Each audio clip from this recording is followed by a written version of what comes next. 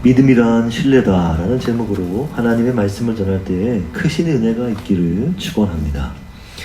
믿음은 무엇에 쓰는 것이며 믿음의 대상은 누구인가요? 누구를 믿는 것인가요? 믿음은 내적 의식의 자기 확신이 아닙니다. 그건 소신과 같은 신념으로서의 믿음이죠. 성경에서 믿는다는 말은 전적으로 신앙의 대상을 향한 관계 용어입니다.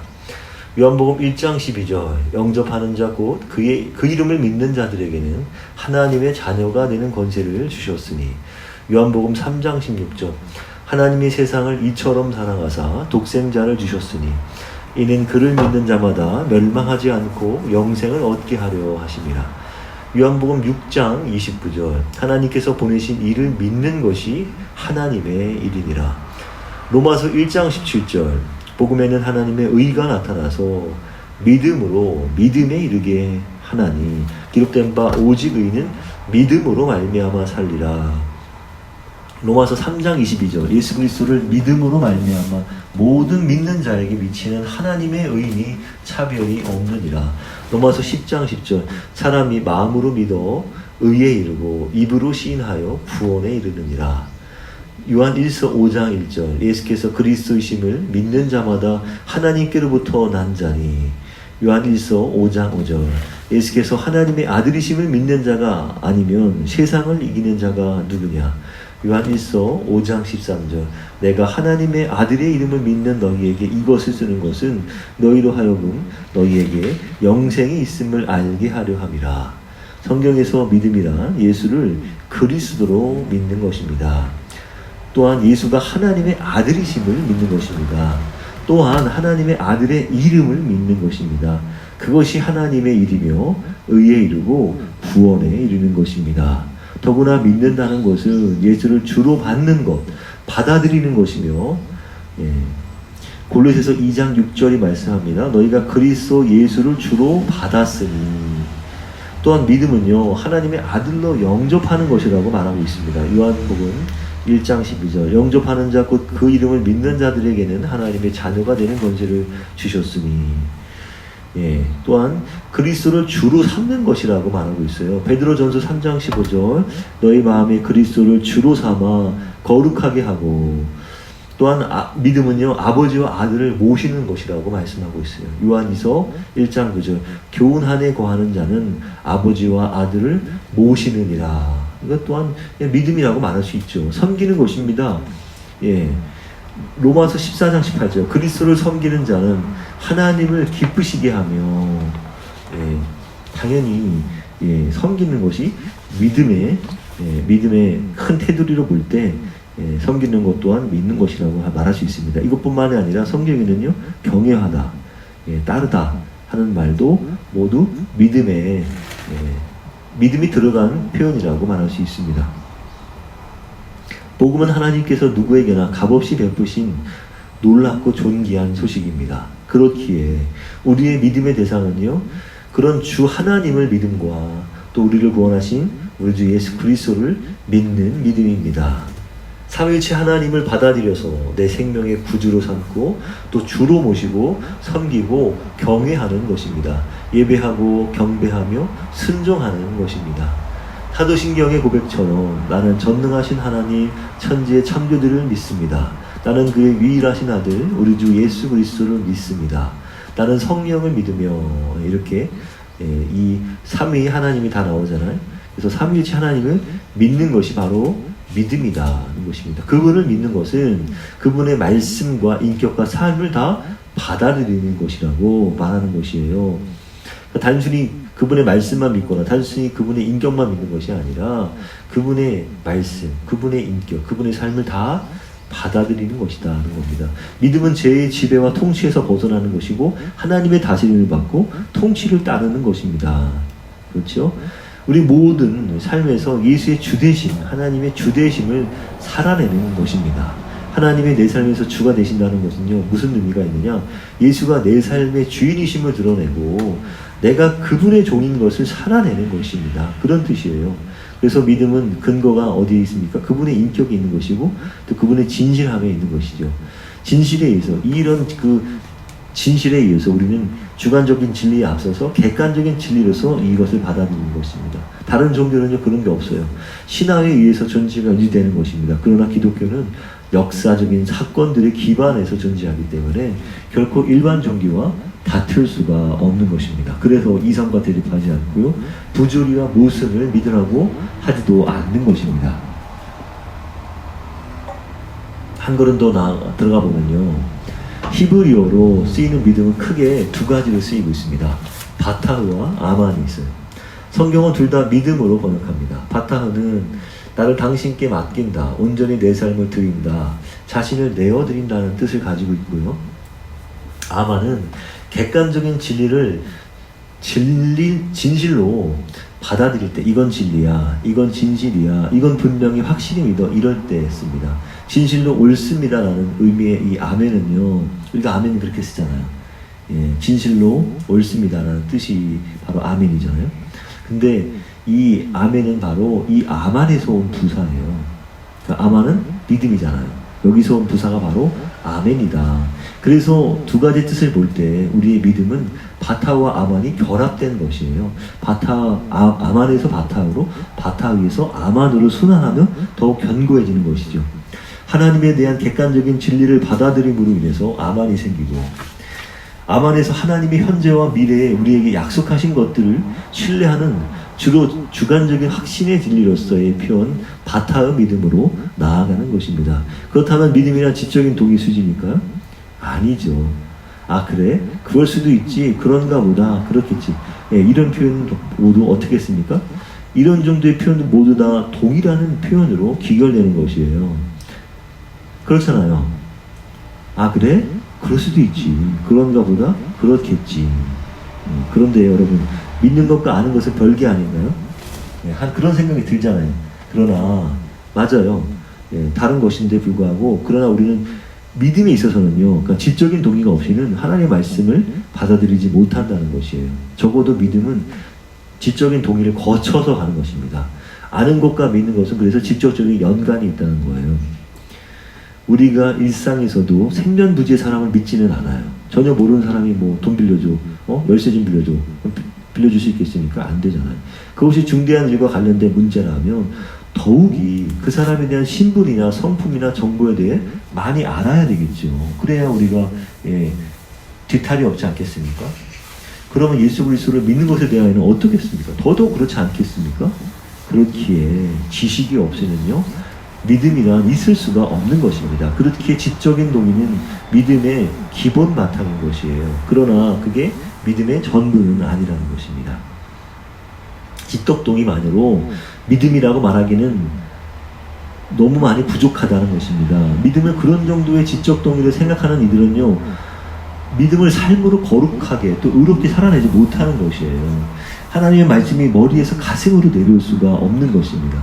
그런 분들은 백날 배워도 진리에 도달하지 못하는 것이에요.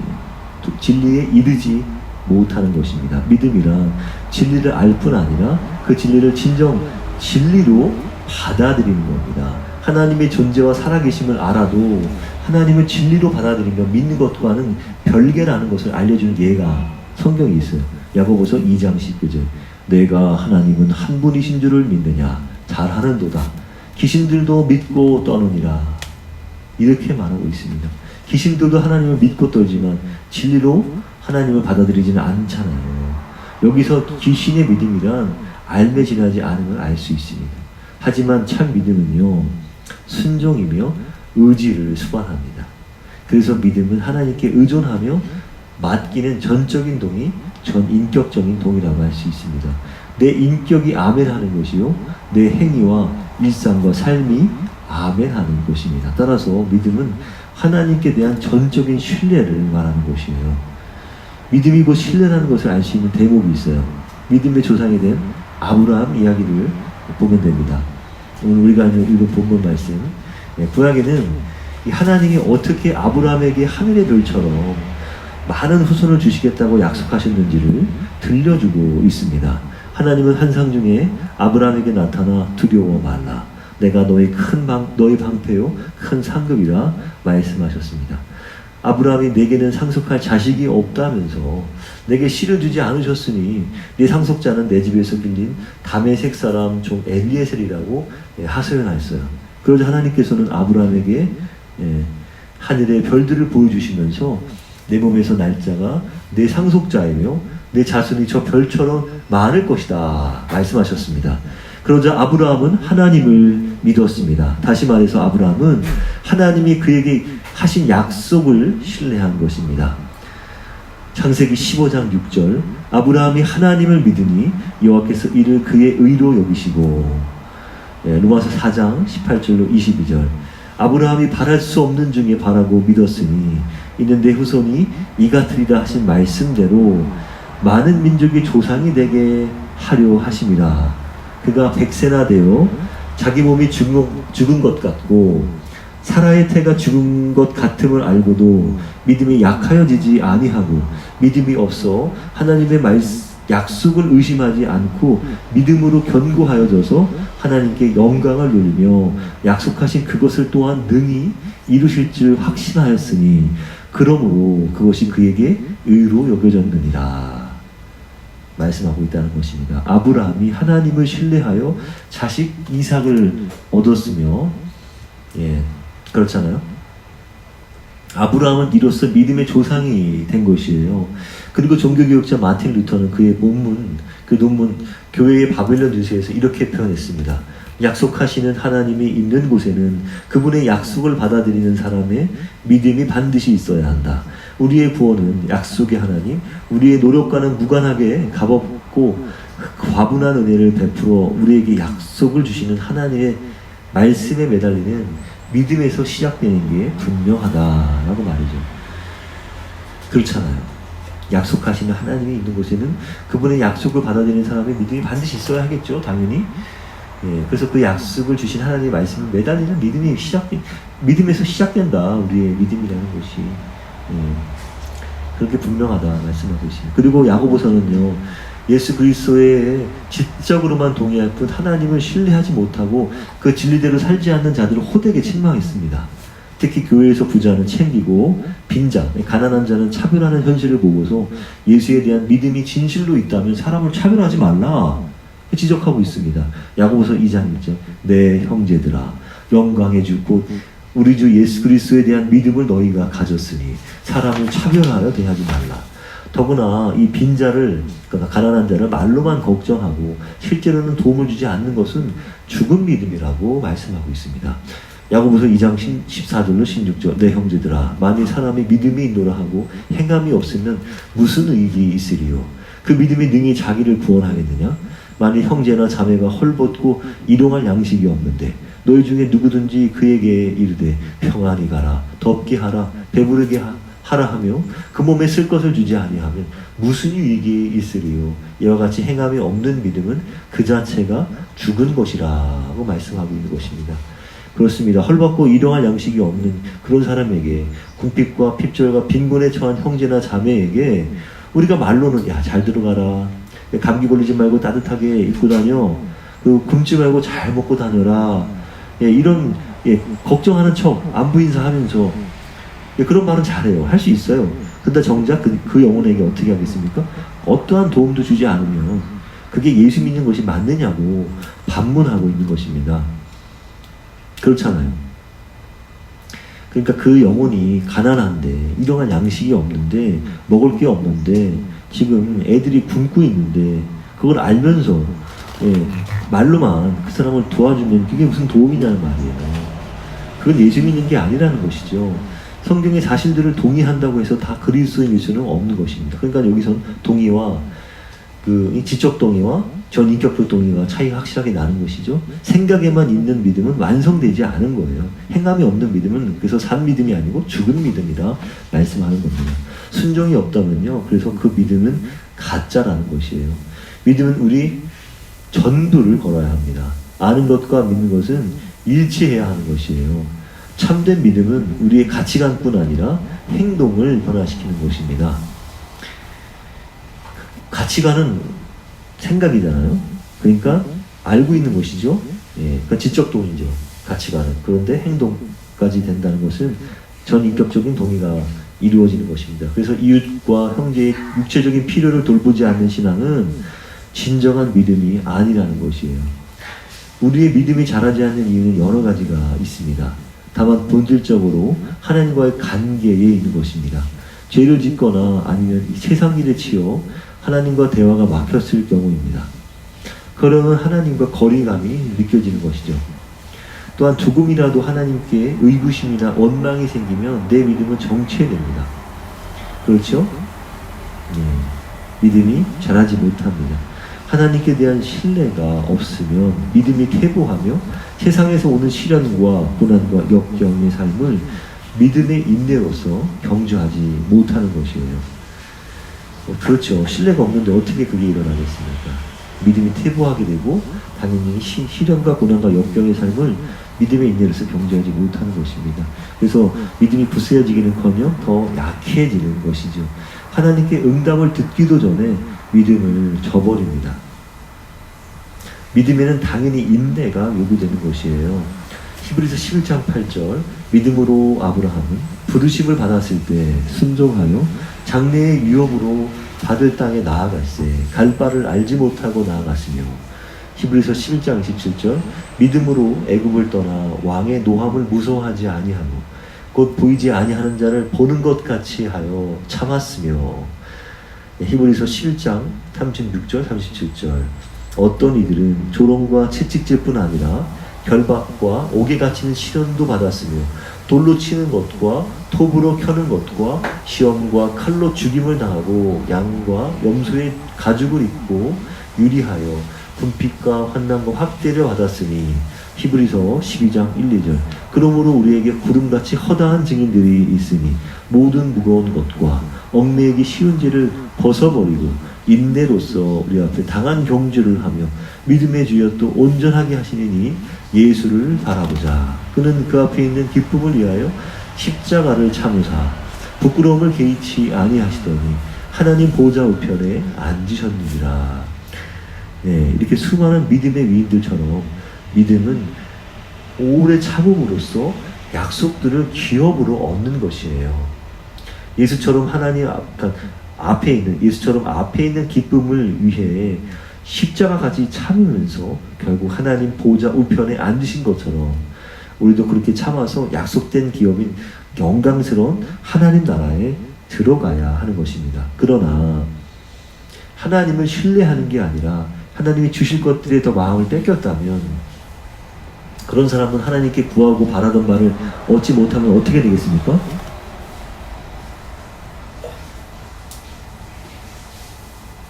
금세 하나님께 실망하게 되는 거죠. 하나님과 관계가 서먹하게 됩니다. 떡보다 떡고물에 더 마음을 두었기 때문에 믿음이 식을 수밖에 없는 것이에요. 믿음의 대상은 하나님이지 하나님의 내게 두실 떡고물들이 아닌 것입니다. 하나님의 내 기도에 긍정적으로 응답하시기 때문에 신뢰가 쌓이지만 하나님의 기도를 안 들어주신다는 것만으로 신앙을 체념해야 되겠습니까? 그럼 하나님이 우리 기도를 다 들어주셔야만 합니까? 젖을 뗀 성도에게는 훈련을 시키세요. 어린아이의 믿음은 때는 하나님께서 기도를 많이 들어주세요. 그런데 젖을 떼야 되잖아요. 그럼 훈련을 시키시는 겁니다. 어린아이의 신앙을 벗으려면 참아야 하는 것이 참을성도 믿음입니다. 그것이 온전케 하시는 주를 바라보는 태도인 것이에요. 신앙은 하나님과의 관계입니다. 인격적인 소통이에요. 관계는 하나님이 주도하시는 겁니다. 나의 바램과 욕구에 휘둘리지 않으세요. 하나님은 우리가 피상적인 믿음에 머물지 말고 참고 인내하는 성숙한 믿음으로 성장하기를 바라십니다. 믿음은 전적인 맡김을 요구하는 것이에요. 그래서 믿음은 신뢰가 없이는 성숙하기가 어려운 것입니다. 어떤 사람이 나타나서 자신을 믿어달라고 부탁한다고 해서 우리는 이유 없이 어떤 사람을 믿지는 않아요. 바람과 의지만으로 어떤 사람이 신뢰를 얻는 게 아니라 그 사람이 신뢰할 만한 충분한 증거를 보일 때야 우리는 그 사람을 신뢰하게 됩니다. 사람이란 본성이 악해서 본래 뭔가를 잘 믿으려고 하지 않아요. 불신하는 게 당연합니다. 우리의 본성은 죄로 타락해서 하나님께 대해 본능적으로 불신하게 됐습니다. 그런데 저 사람 믿음이가 우리는 어떤 상대에 대해서 신뢰가 생길 때 이런 말을 쓰잖아요. 그래서 믿고 싶다고 해서 그냥 믿어지는 게 아니라 믿음은 주는 나름의 증거를 찾았기 때문에 믿는 것이고 믿어지는 것이고 믿겨지는 것입니다. 내 바람과 의지만으로 믿음이 억지로 생기는 게 아니잖아요. 그분이 믿어지기에 믿는 것이에요. 그분이 믿겨지기에 믿는 것입니다. 기독교 신앙은요, 그런 거예요. 그분에 대한 작은 신뢰가 생길 때부터 믿음의 싹이 생겨나는 것입니다. 그래서 믿음도 이성을 기초로 하지만 이성에 국한하지는 않고요. 이성을 능가하는 초월적인 면을 이해하는 통로가 되는 것이다. 무엇이? 믿음이. 우리는 누군가를 찾을 때 너 그 사람 알아? 하면서 물어요. 알고 모르는 관계 여부입니다. TV에 나오는 연예인 누구를 아는데 그 연예인이 나를 모르는 것은 아무 관계도 아닌 것이죠. 진짜 안다고 말하지 못합니다. 창세기 4장 1절 아담이 하와와 사랑해서 가인을 낳았을 때 동침함에 라는 말이 히브리어는 야하다, 즉 안다고 표현하고 있습니다. 서로가 중의적인 표현이 있어요. 하나는 동침하다는 뜻이 있고 하나는 안다는 뜻이 있습니다. 그게 같은 의미를 갖고 있다는 것입니다. 그러니까 서로가 내밀하고 속 깊은 사랑을 할 때 안다고 말하고요. 사람과 사람이 인격적이고 친숙한 관계를 맺으면 또한 안다고 말하는 겁니다. 믿으면 믿음은 내가 죽으면 천국 갈 것을 안다는 게 아니고 하나님을 아는 것입니다. 믿음이란 전적인 하나님을 신뢰하는 것이기에 내가 지식으로 교리로 안다는 차원이 아니고 부부처럼 내가 그분을 알고 그분은 나를 아는 것입니다. 모든 것에서 나와 함께 하시는 분임을 아는 것입니다. 그분과 교제하고 사귀기 때문입니다. 그래서 성경에서 안다는 것은 인격적인 관계가 형성되었을 때 쓰는 말이라는 것입니다. 여기서 안다는 것은 지적 동의가 아니라 성경에서 말하는 안다. 인격적인 관계가 서로가 형성되었을 때 그때 안다. 친밀한 관계, 그런 관계가 되었을 때 안다. 이렇게 말하고 있는 것입니다. 그래서 믿음에 포함된 지식은요, 대상에게 신뢰한다는 것으로 대상에 대한 참된 지식이 있기 때문인 것이에요. 그래서 대상에게 기대고 맡기고 확신하는 겁니다. 그런데 예수 이름으로 기적과 능력을 행한다고 할지라도 예수께 버림을 받는 웃지 못할 경우도 있어요. 마태복음 7장 22, 23절 그날에 많은 사람이 나더러 이르되 주여 주여 우리가 주의 이름으로 선지자 노릇하며 주의 이름으로 귀신을 쫓아내며 주의 이름으로 많은 권능을 행하지 아니하였나이까 하리니 그때에 내가 그들에게 밝히 말하되 내가 너희를 도무지 알지 못하니 불법을 행하는 자들아 내게서 떠나가라 하리라. 세상 끝날 심판날에 많은 사람들이 예수께 주여 주여 부르면서 우리가 주의 이름으로 선지자 노릇을 하며 주의 이름으로 권능을 행하지 않았느냐고 당당히 주장할 것이라고 말씀합니다. 그러나 그렇다고 하더라도 예수께서는 그들을 도무지 알지 못한다고 모른다고 하실 거라는 겁니다. 왜 그럴까요? 예수의 이름으로 기적을 행했는데도 말이죠. 그러니까 기적의 능력이 중요한 게 아닙니다. 예수와 인격적인 관계가 중요한 것입니다. 이런 믿음은 예수와 사귐이 없는 사람들이에요. 그러니까 믿음이라고 할 수 없습니다. 그냥 지적 동의 정도로 이해했거나 아니면 이 사람들은 처음에 믿었다가 나중에 타락했을 수도 있습니다. 예수님은 말씀합니다. 요한복음 17장 3절 영생은 곧 유일하신 하나님, 참 하나님과 그가 보내신 자 예수 그리스도를 아는 것입니다. 여기서 아는 것은 바로 야다. 그러니까 성경에서 말하는 아는 것이 말하는 것이. 물론 성경에서 안다는 표현이 꼭 그렇게 야다라는 표현만 있는 건 아닙니다. 진정한 알미란 그런 동침하다는 의미에서도 알다 그런 뜻이라는 것이죠. 예수를 믿고 알면요 예수를 기뻐하게 됩니다. 마냥 예수님이 좋은 겁니다. 전적으로 그분을 맞이하게 됩니다. 요한복음 6장 69절 우리가 주는 하나님의 거룩하신 자인 줄 거룩하신 자신 줄 믿고 알았사옵나이다. 여기서 믿고 알았다고 하잖아요. 호감을 넘어서 예수를 사랑하게 되는 겁니다. 그럴 때 비로소 하나님은 내 기쁨이 되고 우리는 하나님을 기쁘시게 할 수 있는 겁니다. 우리는 내가 누군가를 믿지 않으면 그 사람을 사랑할 수가 없어요. 우리는 필연적으로 우리가 사랑하는 사람들을 신뢰하게 되어 있습니다. 그래서 하나님과 그리스도를 아는 믿음은 사랑을 낳고 사랑으로 나아가게 되는 겁니다. 베드로전서 1장 8절 예수를 너희가 보지 못하였으나 사랑하는도다. 이런 단계가 그리스도인이 나아갈 방향이라 말씀하는 겁니다. 에베소서 4장 13절 우리가 다 하나님의 아들을 믿는 것과 아는 일에 하나가 되어 온전한 사람을 이루어 그리스도의 장성한 분량이 충만한 데까지 이르리니. 신앙이 성숙하려면요 반드시 믿는 것과 아는 것이 일치되어야 합니다. 그래야 온전한 사람이 되는 것이고 성숙한 그리스도인이 되는 것입니다. 믿음과 회개는 짝처럼 함께 일어나게 되어 있어요. 믿음과 회개에 관한 잠깐만 말씀을 나누자면 둘은 불가분의 관계에 있습니다. 믿음은 회개 후에 일어난다거나 또한 회개가 믿음에 앞서서 일어나는 것은 아니에요. 그러니까 믿음은 회개를 일으키고 또한 회개는 믿음을 성장케 합니다. 그러니까 그런 서로 유기적인 관계가 있다는 것입니다. 반드시 뭐 회개가 믿음 앞에 있거나 또 믿음이 반드시 회개 앞에 있거나 뭐 이런 식으로 그렇게 있을 수는 없다 이겁니다. 그래서 여러분 그 믿음엔 또한 그 분량이 있다는 겁니다. 이것 또한 얘기를 한번 나눠보겠습니다. 믿음에는 사람마다 정도가 다르잖아요. 성경이 그런 것을 말씀하고 있어요. 그래서 우리의 믿음도 잘하잖아요. 성경에는 작은 믿음과 큰 믿음, 연약한 믿음과 강한 믿음, 거짓 없는 믿음, 행함으로 온전한 믿음, 파선한 믿음, 행함이 없는 믿음, 죽은 믿음 등 다양함을 말하고 있습니다. 믿음이 커질수록 담대함과 자유함은 커져갑니다.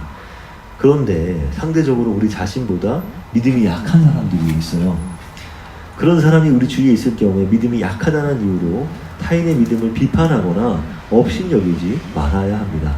오히려 그 형제를 받아주고 믿음이 약한 자의 약점을 돌보아 주어야 합니다. 믿음을 따라 행동하지 않으면 하나님께 죄인 것입니다. 로마서 14장 23절 믿음을 따라 하지 아니하는 것은 다 죄니라. 여기서 믿음은 하나님 신뢰에서 나오는 확신이에요. 그런 확신이 없을 때는 행위를 진행하지 말아야 합니다. 그런 믿음이 주관하는 영역을 넘어서면요 의심의 영역이 됩니다. 의심을 품은 채로 행동하면 죄가 되는 것이에요. 그래서 반드시 믿음이 있을 때만 확실하게 담대하게 행동하되 나에게 그런 믿음이 없다면 하지 않는 게 좋다. 그러면 의심의 영역으로 가기 때문에 나의 행동도 죄가 될 수 있다는 것입니다. 결론입니다. 믿음이란 아무런 개연성 없이 생기는 것이 아니라 말씀의 근거들에 의해 증언과 진리로 믿어질 만한 것들이 믿겨져서 지적 동의를 넘어서 하나님을 인격적으로 신뢰하는 것이요 행함으로 순종하는 것입니다. 신뢰할 가치가 없는 세상에서 오직 하나님만을 신뢰하는 것입니다. 신뢰란 간헐적인 태도가 아니요 한눈 파는 것도 아니며 하나님의 약속의 신빙성을 지속적으로 확신하면서 말씀에 매달리는 것입니다. 그렇게 하나님을 신뢰하는 저와 여러분 되시길 빕니다. 기도하겠습니다.